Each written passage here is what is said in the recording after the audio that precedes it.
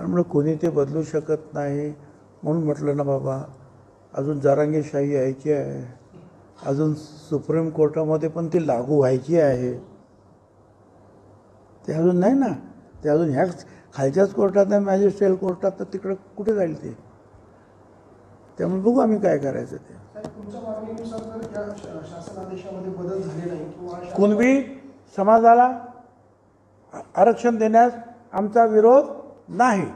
कुणबी समाजाला आरक्षण देण्यास आमचा विरोध नाही. मराठा समाजाला स्वतंत्र आरक्षण देण्यास आमचा विरोध नाही. मराठा समाजाला स्वतंत्र आरक्षण द्यायला आमचा आग्रह आहे आणि त्याप्रमाणे तो 10% त्यांना दिलेला आहे. पुढे जो जी आर काढण्यात आला त्याच्यामध्ये शब्द बदलण्यात आले. सुरुवातीला पात्र म्हटलं गेलं, नंतर थेट मराठा समाजाच्या शब्दाचा उल्लेख केला. खरं तर अत्यंत गंभीर स्वरूपाची ही बाब आहे. सुरुवातीला वेगळं करण्यात आलं, नंतर त्यांच्या मागणीनुसार ते बदलण्यात आलं. सरकार कोणाच्या दबावाखाली हे सगळं करायला लागलं? आता हे तुम्ही बघितलं नाही का, त्या दिवशी जो मुंबईमध्ये 4 दिवस जे अख्ख्या जनतेला वेठीस धरण्यात आलं होतं, काय चाललं होतं? ट्रॅफिक बंद, सगळं बंद. तिथली बस सर्व्हिस बंद झाली. काय झालं आहे तुम्हीच दाखवलं ना राव. आणि हा पात्र शब्द तुम्हाला काय नडला? तो शब्दसुद्धा नको. एवढी तुम्हाला क्लॅरिटी पाहिजे की ह्या समाजाला डायरेक्ट देऊन टाका. नाही, ते त्याच्या डोक्यातली ती खोड येते.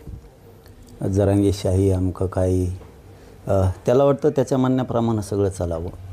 असं दुष्ट विचाराचा ओबीसीला नेता लाभला आहे की जो आता बंजारा समाजही आरक्षणात जाऊ देत नाही, तो परत मायक्रो ओबीसी जाऊ देत नाही, धनगराच्या एसटी आरक्षणाच्याबद्दलचंही बोलत नाही.